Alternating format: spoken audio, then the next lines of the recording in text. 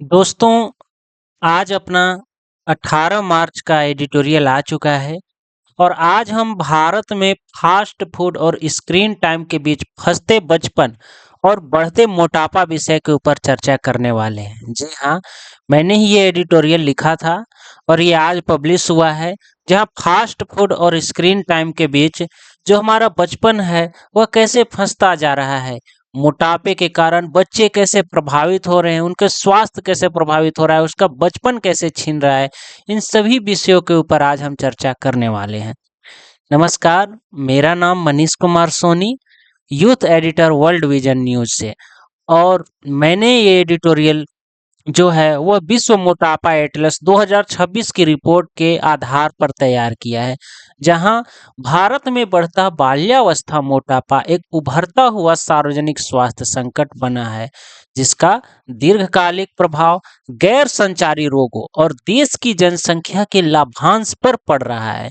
एक मौन महामारी के रूप में बढ़ता बाल्यावस्था मोटापा, जो हृदय रोग एवं मधुमेह जैसी गैर संचारी बीमारियां जो पहले मुख्य रूप से वयस्क व्यक्तियों में देखे जाते थे, अब बच्चों में तेजी से बढ़ रहे हैं, जो धीरे धीरे लेकिन गंभीर सार्वजनिक स्वास्थ्य संकट के रूप में उभरते जा रहे हैं। रिपोर्ट बतलाती है कि 4 करोड़ से ज्यादा बच्चों का बीएमआई हाई है। अर्थात बीएमआई का आशय एक ऐसी माप से है जहां व्यक्ति का वजन, उम्र और ऊंचाई की गणना की जाती है, ताकि उसके सही वजन और मोटापे का वर्गीकरण किया जा सके। अगर बीएमआई ज्यादा होगी तो गैर संचारी रोग जल्दी शुरू हो सकते हैं।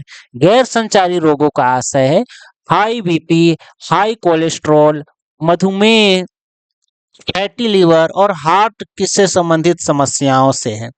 यह सच बात है कि वर्तमान जीवन शैली भाग दौड़ से भरी हुई है। लोगों में करियर संबंधी चिंताएं हैं, बच्चों पर दबाव है और यही कारण है कि उनका सामाजिकरण आज पीछे छूटता जा रहा है। शारीरिक गतिविधियों में कमी के कारण बच्चे अब मोबाइल और गेमिंग जैसे क्रियाकलापों में ज्यादा लिप्त हैं और यही कारण है कि बढ़ता हुआ उनका स्क्रीन टाइम, मोबाइल और डिस्प्ले पर बिताया गया उनका समय, निष्क्रिय गतिविधियों में लगाया गया समय कहीं न कहीं बच्चों को आज उनके सेहत से दूर करते जा रही है। बच्चों की आहार प्रणाली पैकेज फूड्स, चिप्स और कोल्ड ड्रिंक से भरी पड़ी है। जी हाँ, इन सभी क्रियाओं का असर ये है कि आज बच्चों का स्वास्थ्य जो है वह मोटापे के दलदल में फंसता जा रहा है। हाई कैलोरी और खराब पोषण से युक्त भोजन आज उन्हें बेहद महंगा पड़ रहा है, उनके सेहत के लिए खतरा बन रहा है।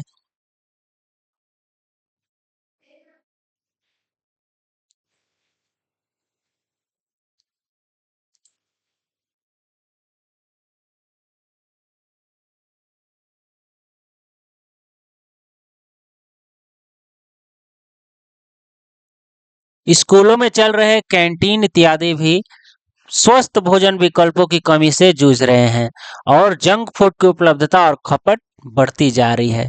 शिशु अवस्था में अपर्याप्त स्तनपान बच्चों को मां के दूध में पाए जाने वाले आवश्यक हार्मोन और एंटीबॉडी से वंचित कर रहा है, जो उनके संतुलित विकास के लिए जरूरी था। हमें व्यापक ठोस कदम उठाने की आवश्यकता है, जहां बच्चों को लक्षित करके चलाए जा रहे जंक फूड के विज्ञापनों पर प्रतिबंध लगाया जाए, क्योंकि बच्चे नादान होते हैं और उन्हें अपने दीर्घकालिक स्वास्थ्य प्रभाव को समझने की क्षमता नहीं होती है। वो विज्ञापन के आसानी से शिकार हो जाते हैं। हर चमकती चीज उन्हें बेहतर लगती है, हर सुनहरी चीज को वह खरीदना चाहते हैं और यही कारण है कि अत्यधिक सेवन के कारण वह आसानी से इन प्रोडक्ट के शिकार हो जाते हैं।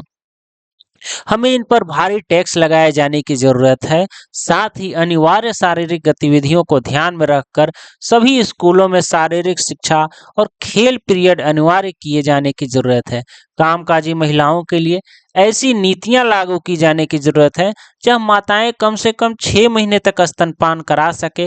विभिन्न आंगनबाड़ी एवं प्राथमिक स्वास्थ्य केंद्र पर नियमित रूप से मोटापे की जांच कराई जाने की जरूरत है, जो अस्वास्थ्यकर आदतों से संबंधित जागरूकता एवं शैक्षणिक कार्यक्रम को चलाकर ही दूर किया जा सकता है।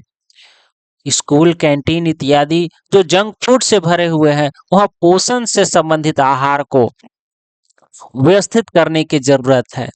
और तो और हमें यह ध्यान देना होगा कि अगर बाल्यावस्था मोटापा को अगर हम रोक पाते हैं, तो हम भारत के भविष्य के मानव संसाधन को सुरक्षित कर पाएंगे और अपने जनसांख्यिकीय लाभांश को सुरक्षित कर पाएंगे। और तो और अगर हम इस लक्ष्य में कामयाब होते हैं, तो वैश्विक खुशहाली रिपोर्ट में भी हम भारत के रैंकिंग को बेहतर बनाकर एक स्वस्थ समाज और एक स्वस्थ देश की रचना कर पाएंगे।